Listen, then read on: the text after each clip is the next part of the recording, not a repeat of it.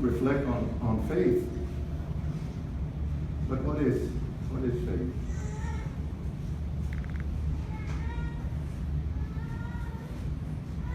Faith is not hope that God can, it's knowing He will. I like to tell a story about faith, about the gentleman that was involved in an automobile accident. And he got thrown out of the car and he went over the cliff. And luckily for him, he was hanging on to a tree branch. And he looked up there to the road and he says, "Help, anybody out there?" It hollered, "Help, anybody up there?" And a voice came. He said, "I can help you." He said, "Who are you?" He said, "This is God." He said, "Help me, God." He said, "Let go."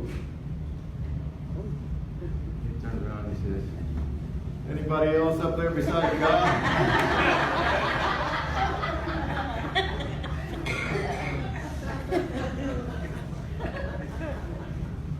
So you have to have faith. The Jews in the Passover, they had faith. They had faith that God was going to liberate them, that their exodus was going to be a success,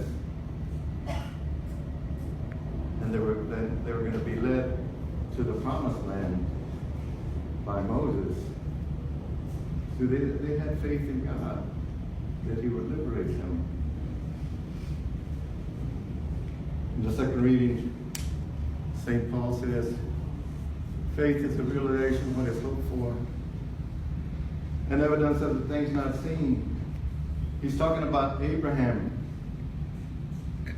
how God sent Abraham to the land of milk and honey. Abraham didn't know where the land was, but he went because he had faith in God. He told him, your descendants are going to be as numerous as the stars in the sky and as countless as the sand on the seashore. And he went. And then at their old age, the couple had a child, Isaac. They had faith. They had faith in God. And not only faith, but they trusted God. Because Abraham didn't know where he was going.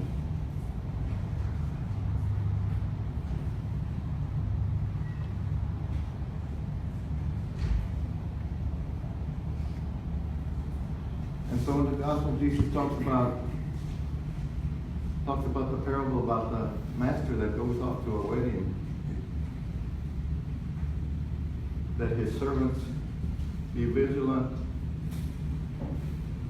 and watchful, so when he comes back, they're alert. What is he talking about? He's talking about the return, second coming of Jesus, that we must be vigilant and prepared for his second coming.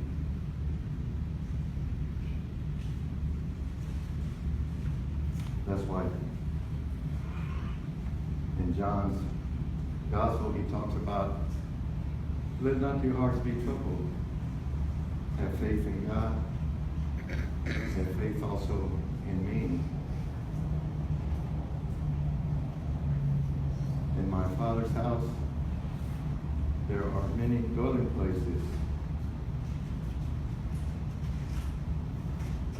And I will go and prepare a place for you, so that where you are, so that where I am, you will also be.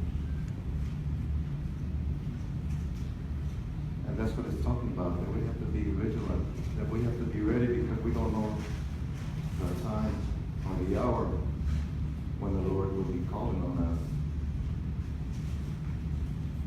Blessed are those that are vigilant and prepared.